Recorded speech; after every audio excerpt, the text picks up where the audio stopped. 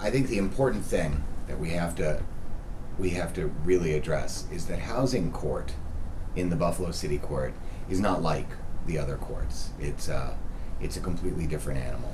One of the things that I think is critical for us to address down the line, at least, is the notion that unlike New York City, we do not have a dedicated housing court in Buffalo. What we have is a rotating housing part.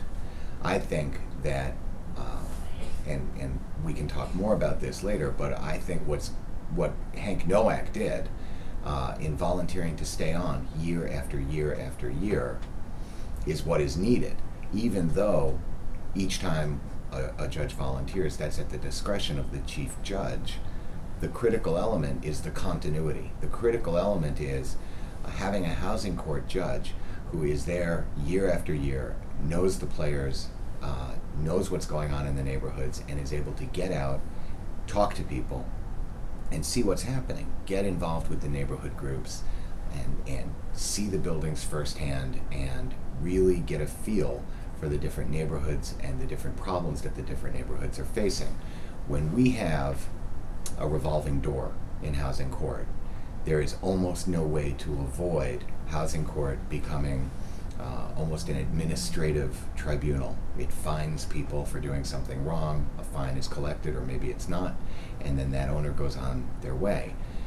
That may be enough to deter certain first-time, once-in-a-while offenders, but it's not enough to deal with the fundamental issues of demolition by neglect. It's not enough to deal with the fundamental issues of the historic buildings we have that are being allowed to sink into disrepair to such an extent that they have to be demolished. To deal with that, to address that, I think we need a housing court judge who knows that business, who knows that end of what happens in the neighborhoods of this city, and who is prepared to commit to stay there for the full 10-year term and say, this is my mission. I will address the concerns of these different neighborhoods. I will involve the community. I will involve all the stakeholders, if you will, in these different neighborhoods, and make this more of a collaborative process. We don't necessarily need a housing court that is interested in only punitive answers to issues. We need a housing court that is willing and able to craft more meaningful solutions to problems that are endemic to the city, and they're endemic to neighborhoods all over the city. My name is Sam Magavern, and I'm a public interest lawyer here in Buffalo and public policy advocate. And I've been studying and working in the area of affordable housing since I began my career as a lawyer about 15 years ago now. And Buffalo has a housing crisis. There are a lot of ways in which Buffalo is doing better than people think it is, but housing is not one of them. We really do have a housing crisis in Buffalo. The number of abandoned units in Buffalo has continued to skyrocket. Even in the last couple of years, it's been spiraling really out of control in many of our neighborhoods. We now have over 20,000 abandoned units in the city of Buffalo, and that has just enormous impacts on neighborhoods and on the people who live in the city. We don't have that many tools to address our housing crisis. There's not a huge amount of money at City Hall to devote to housing issues. So housing court is one of the most important tools that we do have to deal with the abandoned housing crisis.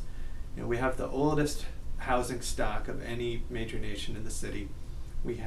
Of any major city in the nation. We have ongoing depopulation, leaving this incredible vacancy problem. We have a very high percentage of absentee landlords in many of our neighborhoods. And so you get this sort of perfect storm of disinvestment and blight, and it just drives the whole neighborhood down.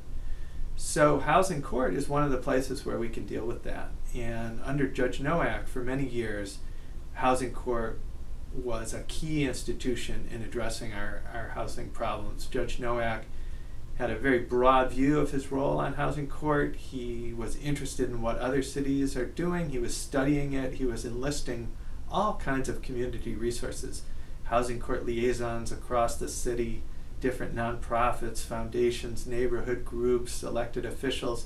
He built this amazing network.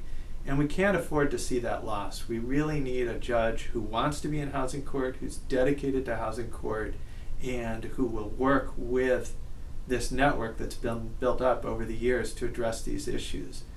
So that's why I think that it's very important that we elect someone who has a background in housing and really wants the housing court position, because judges on city court don't have to volunteer for housing court. They often are just assigned to it, and it's not a particular interest of theirs, and they're looking to rotate off it and get back to another position. Whereas Gillian Brown, that's exactly what he wants to do. He wants to be on housing court. He has a real background in housing matters. That's his passion, and I think he is the best suited to carry out this role that Judge Nowak started, of a housing court judge who works with the whole city and reaches out to people and addresses square on our abandoned housing crisis.